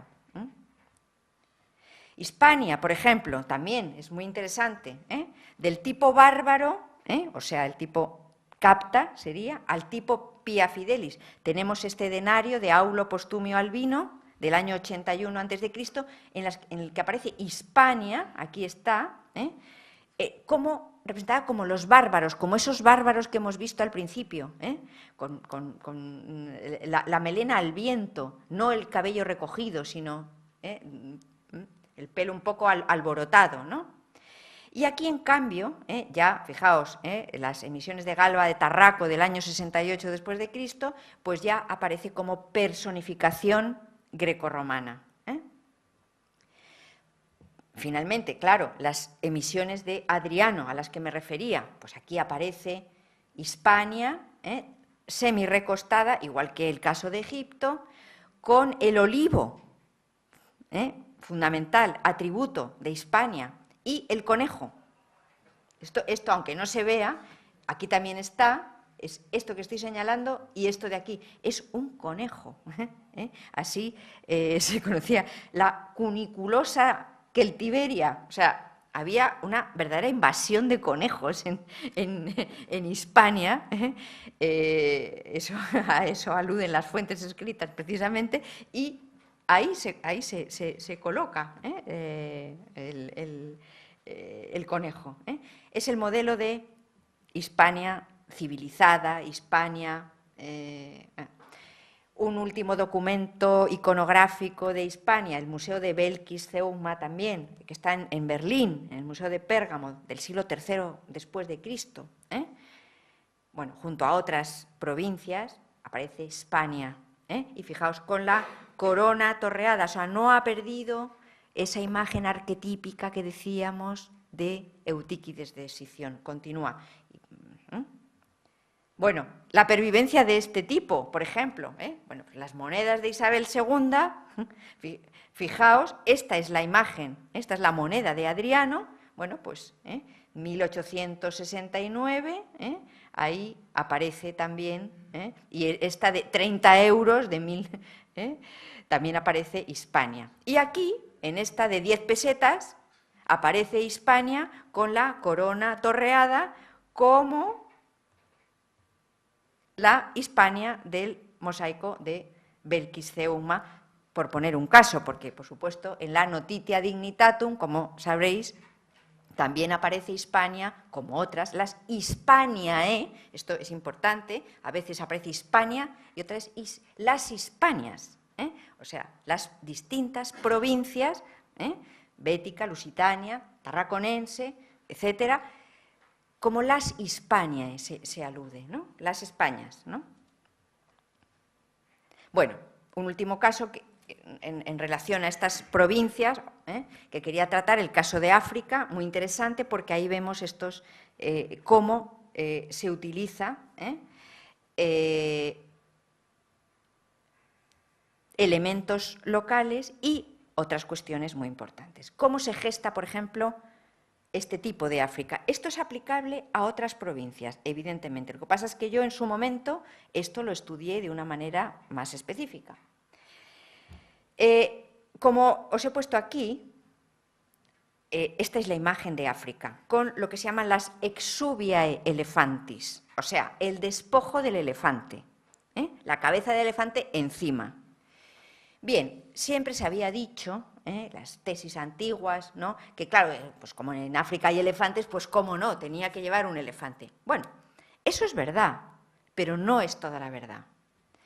Lo cierto es que, aunque eso sea un atributo local que se utiliza para crear este emblema, hay otro más poderoso, que es algo que transmite realeza, que transmite poder, que transmite autoridad. Y esa es la efigie de Alejandro. Eso es muy importante. Que vemos, por ejemplo, o sea, Alejandro es un icono de poder. Ahí lo tenemos, en denarios de la época de Ptolomeo II y III, Alejandro con las exuviae elefantis. Otra imagen de Alejandro con el despojo de elefante, ahí también lo mismo, ahí es un Alejandro a caballo, Museo de Nápoles. Y, por supuesto, el elefante está en el imaginario colectivo local, por eso se utiliza, por eso también se utiliza. Estos son grabados rupestres del norte de África, de época ya protohistórica, y acuñaciones de iarbas de Numidia. ¿Cómo se transmite? ¿Cómo es el eslabón? ¿Cómo se enlaza una cosa con la otra?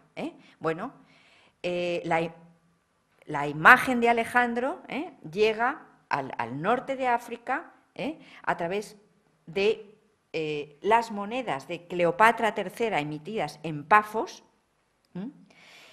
Se han encontrado en el norte de África y a partir de ahí iarbas de Numidia emite la primera moneda con la efigie de África como símbolo, como emblema de su reino, en el año 108.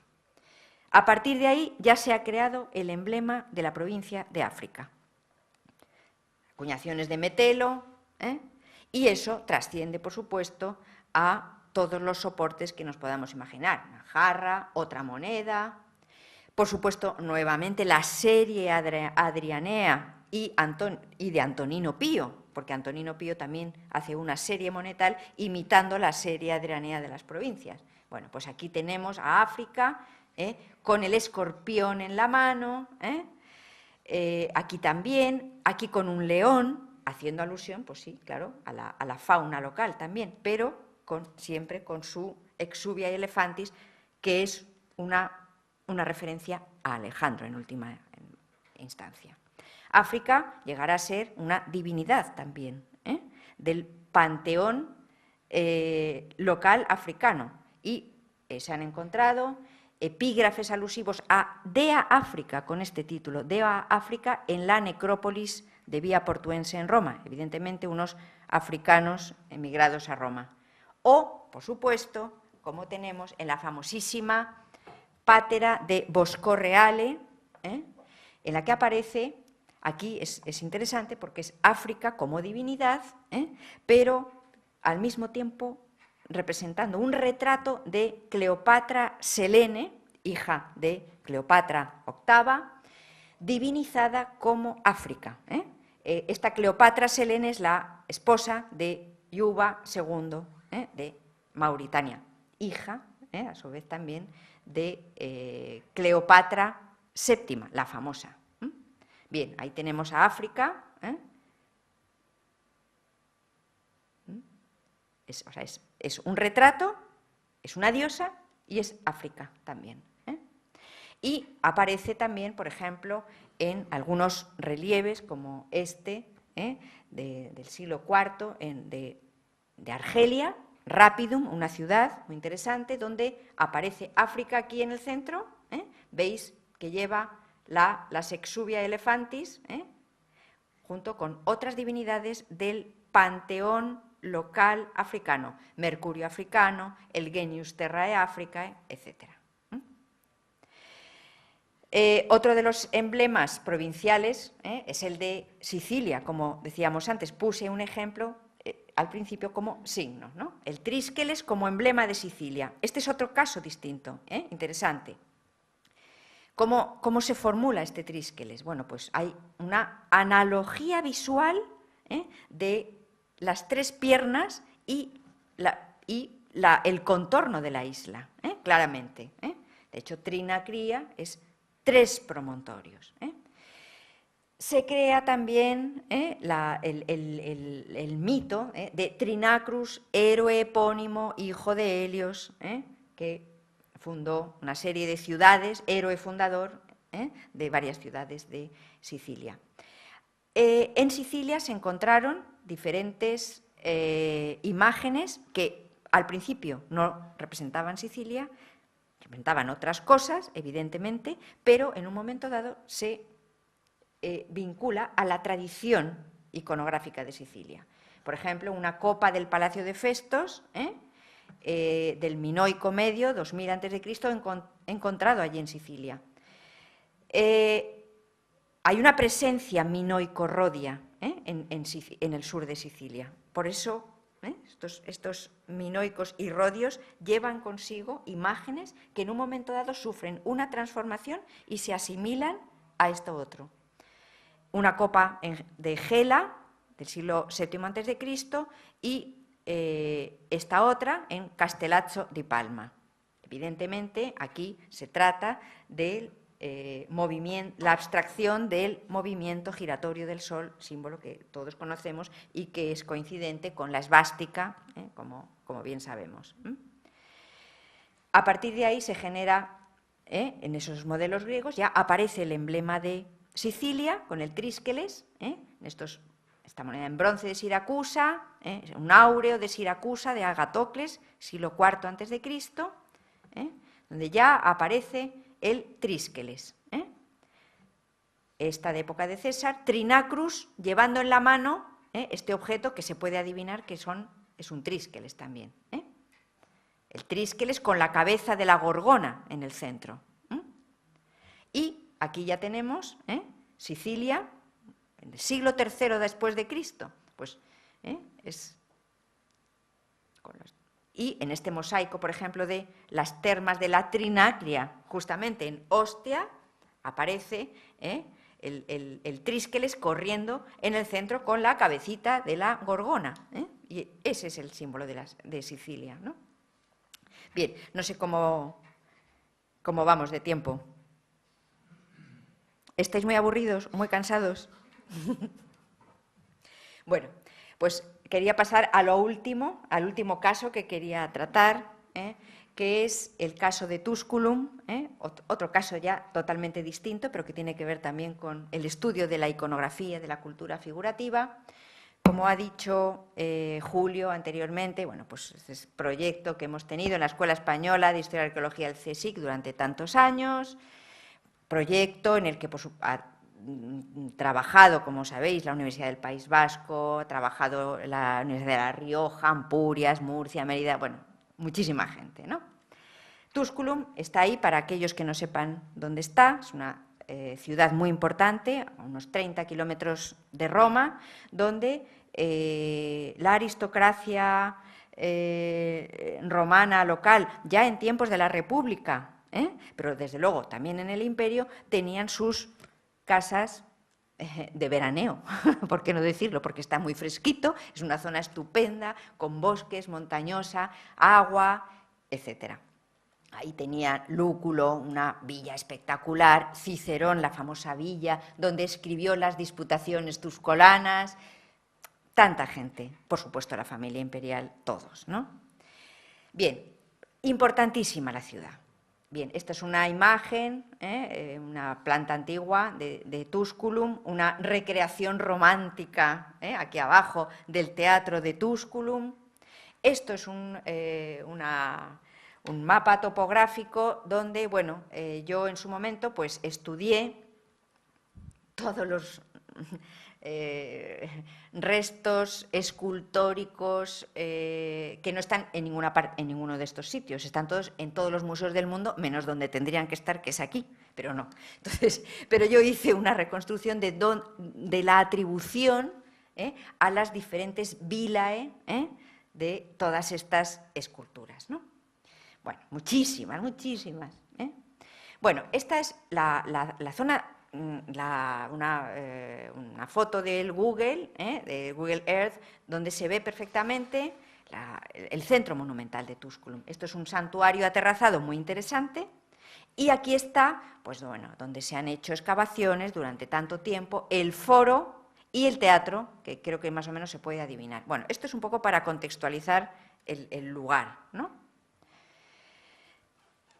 Bien, problemas de la investigación. Bien, os decía que todas estas esculturas, que hay montones, pues están dispersas por más de 40 museos y colecciones de todo el mundo, desde San Petersburgo a Boston, Nueva York, Copenhague, Berlín, por todas partes. En fin, ¿por qué? Pues porque desde el siglo XVI, si no antes, claro está, hubo un expolio de todas estas vilae, también del teatro, del foro, un expolio tremendo de todos los materiales. Algunos, pues, para decorar las casas de la nueva aristocracia romana de la Edad Moderna, y luego, por el fenómeno del coleccionismo, del mercado, se fueron dispersando por todas partes. Bien, entonces, ¿qué? Es un problema, ¿no? Porque cómo estudias eso, y sobre todo cómo lo contextualizas, importante, porque al final lo que queremos son conclusiones de carácter histórico también, ¿no? Bueno, esto es lo que os he contado. Evidentemente, para esto hay que estudiar el fenómeno del coleccionismo. Esto no se libra uno. El coleccionismo de antigüedades, desde, sobre todo del siglo XVII, XVIII y XIX. Investigación en archivos, en documentos notariales, testamentos, inventarios de todo tipo, todo. El análisis iconográfico y tipológico de las piezas, bueno, esto es algo obvio, claro está, lo que llamamos la copia en critique, para ver los originales cómo eran, los contextos arqueológicos, hay que ver lo que sea posible, y bueno, pues así uno puede reconstruir. Bien, esto es nuevamente el plano de la zona monumental de Tusculum, y bueno, aquí tenemos el foro y el teatro. Bueno, pues estudiando todas estas esculturas, los contextos arqueológicos, las excavaciones que se han ido realizando, bueno, pues bueno, podemos idealmente reconstruir o virtualmente reconstruir cómo sería esa decoración. Por ejemplo, en el foro sabemos que estaba el retrato de Julio César, que es este que tenéis aquí y que está en el Museo de Turín. Le falta el cuerpo. Esa es otra discusión en la que no voy a entrar, porque sería otra historia. El cuerpo está en París, parece ser, debajo de otro retrato de un pseudo-Séneca, pero esto es otro cantar. Este es muy interesante, este retrato, porque es un retrato hecho en vida de Julio César, en el año 44, antes de los idus. Y fíjense que tiene esa característica de formación craneal que tenía Julio César. Ahí se le puede ver perfectamente. Luego, cuando ya muere, se le idealiza, es decir, se le corrige. Y ya no aparece esa deformación craneal ni nada por el estilo. Estaba presente en el foro. Por supuesto, había otras esculturas. La nobleza local, que financiaba obras claro, financiaba una calle, ahí se pone la estatua del magistrado, en este caso. Neus Belli Neius Patros, otro personaje anónimo, con sus togas, eso sería otra cuestión a analizar, la evolución de la toga desde época republicana hasta el siglo III después de Cristo. Es todo un mundo, las togas. No voy a entrar, pero para que lo sepáis, que existe.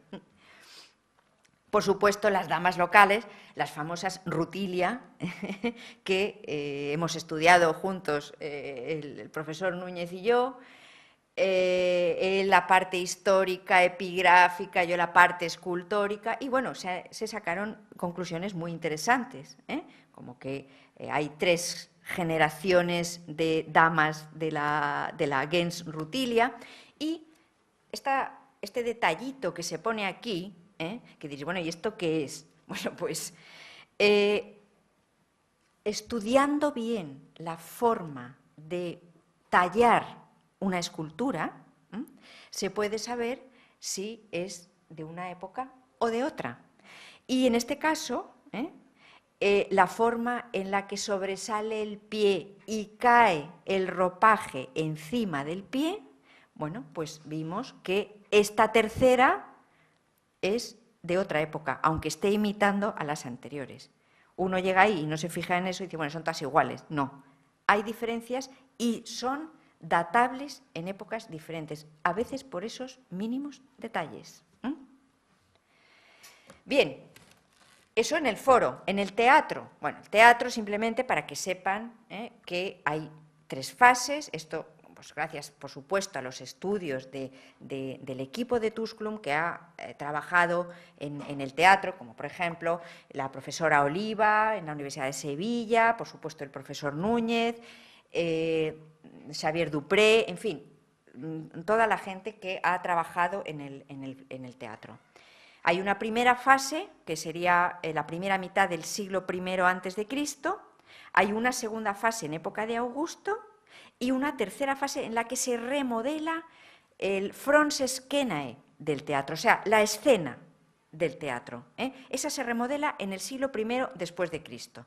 Bien, ¿qué nos puede aportar aquí la cultura figurativa, el estudio de la escultura? Pues nos aporta la siguiente hipótesis. Son hipótesis, pero podría ser. Tenemos una serie de esculturas que podemos fechar dentro de ese siglo I después de Cristo, que es muy amplio, podríamos fechar en una época muy concreta, que es en época de Claudio.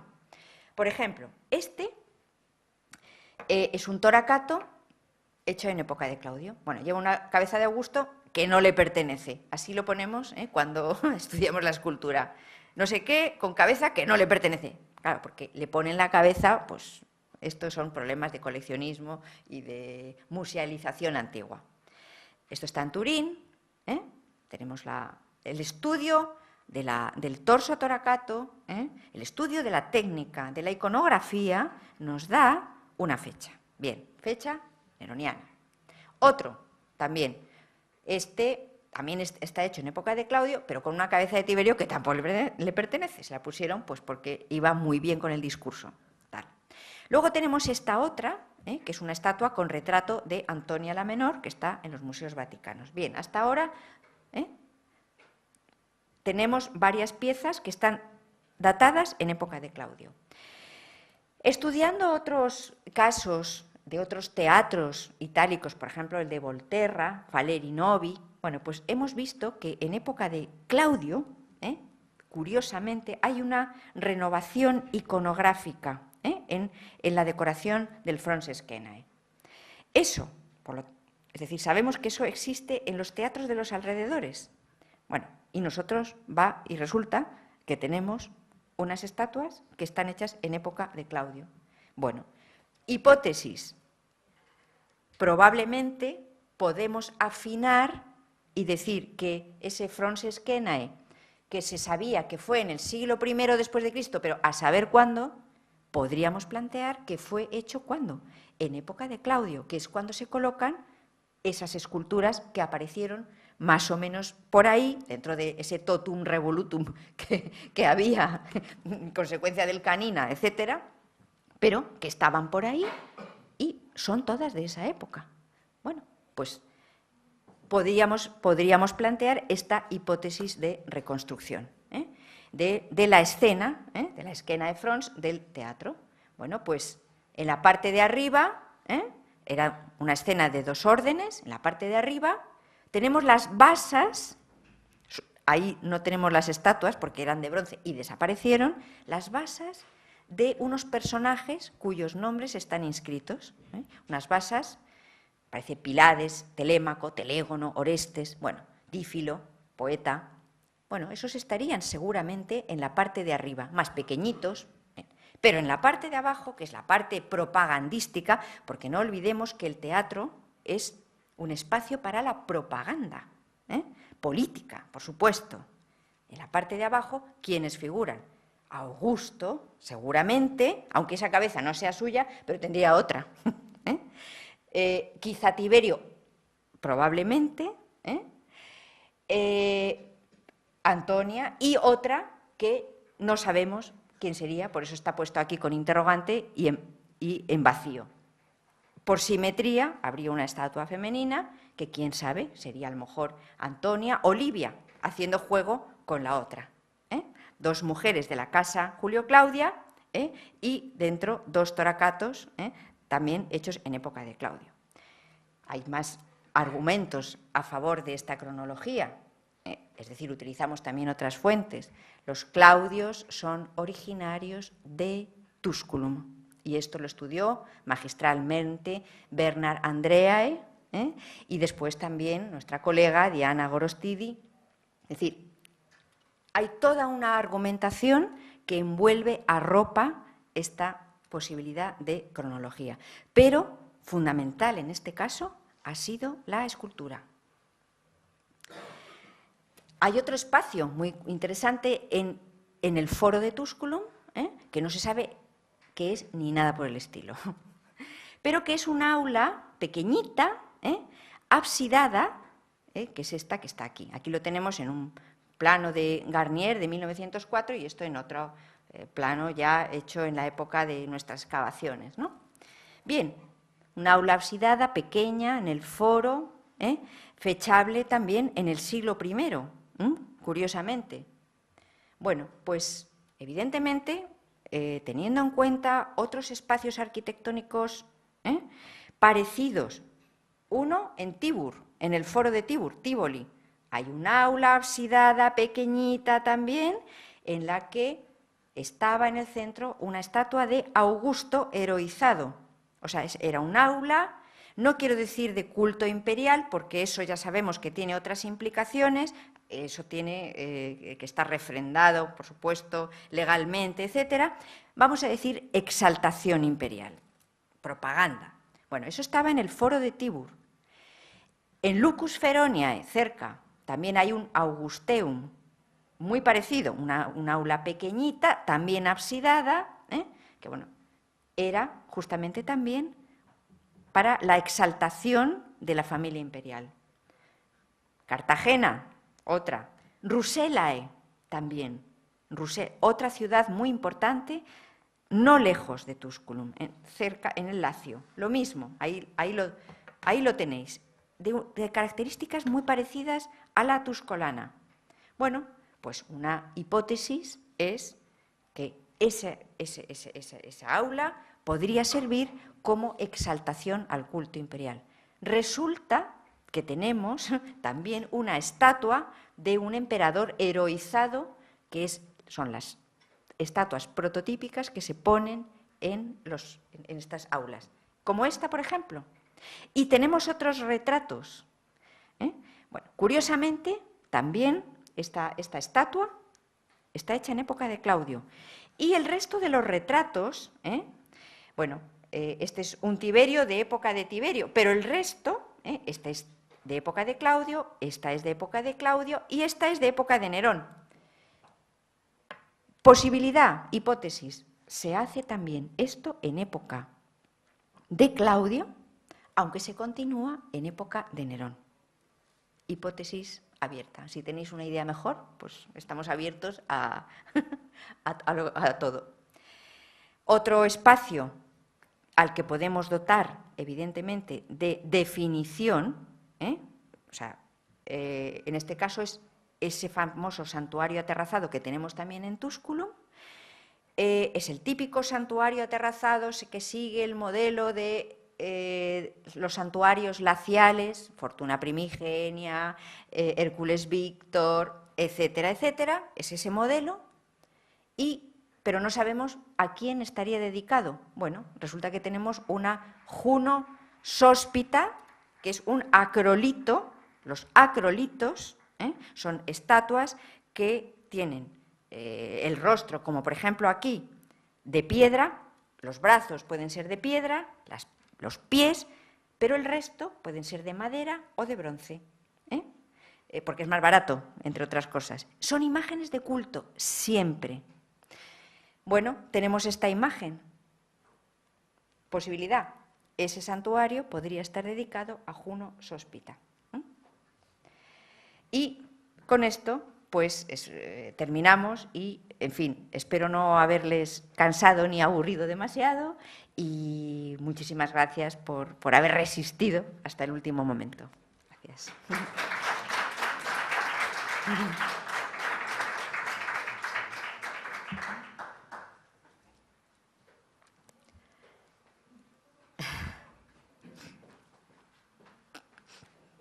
Si alguien quiere hacer alguna pregunta.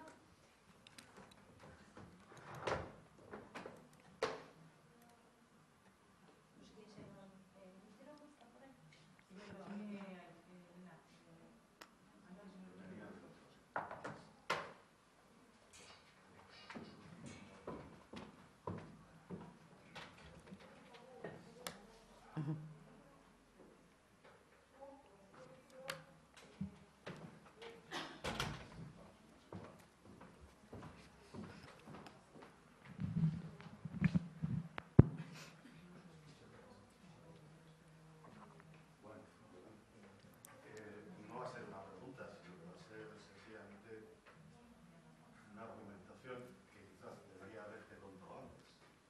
Ya que has mencionado por tus afirmaciones del foro de Pompeyo. Del teatro, sí.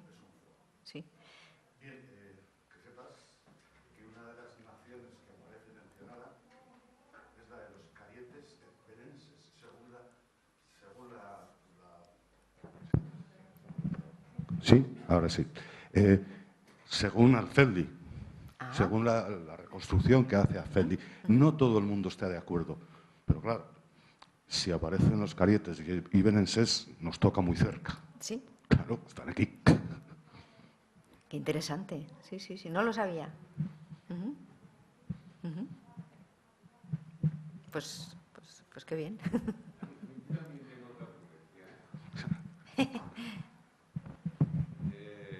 Relativo a otro aspecto, me ha parecido magnífica la información que nos ha proporcionado y nos ha evitado seguramente pues, un trabajo inmenso de ir recorriendo, ¿no? Pues, todo el trabajo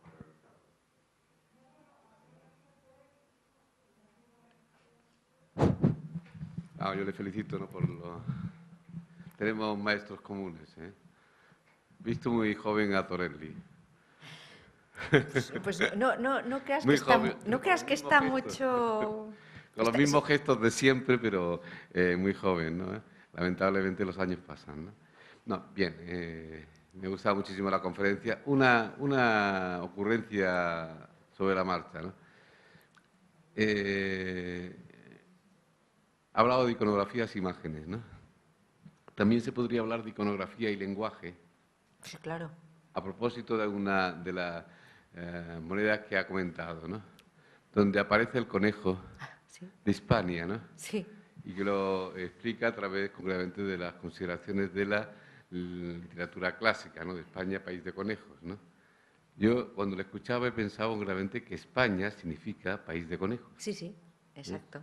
En consecuencia, a veces el lenguaje se proyecta, ¿no? En la simbología y en la iconografía, ¿no? Exactamente. Sí, sí, sí, claro, claro. Sí, sí. Sí, sí.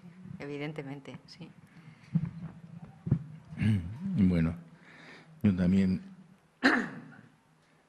felicitarte por la magnífica, amplia, exhaustiva exposición que nos has hecho y muy entretenida, por otra parte, a pesar de las 2 horas. Y sí que quería decirte una cosa que nos está actuando negativamente sobre nuestra universidad. Cuando utilices el acrónimo, por favor, de la Universidad del País Vasco, pon Universidad del País UPV/EHU, porque si no, se lo aplican todo a la Universidad Politécnica de Valencia. Ah, vale, y es el campus de aquí, que quede... No, la Universidad Politécnica de Valencia es UPV. Entonces, si nosotros ponemos solo UPV/EHU, solo UPV, pues se lo aplican a ellos. Si ponemos UPV/EHU, nos lo aplican a nosotros. Te lo digo porque, porque hemos tenido una desagradable sorpresa, o ha tenido la universidad una desagradable sorpresa en cuanto a producción científica. Y es que, aquellos artículos que estaban firmados por personas que ponían solo UPV, se les aplicaba a la Universidad Politécnica de Valencia. Entonces decíamos, hombre, creemos que investigamos más de lo que aparecemos en las bases de datos y esto, ¿no? Simplemente pues te lo agradezco que me lo digas, Juan, porque, bueno, claro, no se me había ocurrido eso, pero claro, es muy importante porque entonces, claro, luego a la hora de muchas cosas, que quede claro que es la Universidad del País Vasco. Y más ahora que bueno, pues no voy a decir todo se cuantifica, casi más que se cualifica, pero bueno. Sí. Que quede claro que es el País Vasco, por supuesto, claro que sí.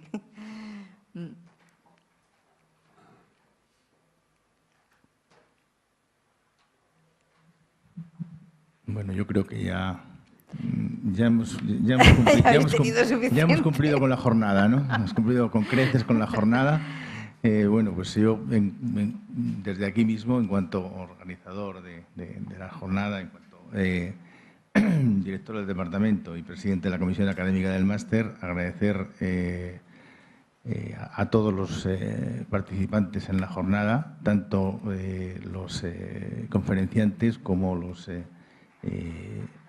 oyentes, y también agradecer pues a los miembros, a las otras 2 personas que son miembros de la Comisión Académica del Máster, pues el trabajo realizado para poder llevar a cabo esto. Desgraciadamente, como he comentado en Petit Comité, a lo mejor es la última jornada que podemos hacer de estudios clásicos, porque, para generar conocimiento, el presupuesto de los departamentos de la Universidad del País Vasco para este año 2013 ha sido cercenado en un 40%. Sí, oís bien, un 40%. Cada cual que saque las conclusiones que quiera. Si te sirve de consuelo, en la Universidad Complutense no es que nos hayan mermado en un 40% o en un 50%, es que tenemos una deuda con la Comunidad de Madrid tiene una deuda con nosotros que no nos paga desde hace muchísimo, con lo cual estamos no en un 40% menos, en menos todavía, o sea, estamos debajo de la línea de suelo, vamos, o sea que todavía estamos peor. Pero bueno, como decíamos esta mañana, hay que seguir haciendo cosas, si no, hay que seguir. Sí, aunque sea... Por supuesto. Claro que sí. Sí. Nada.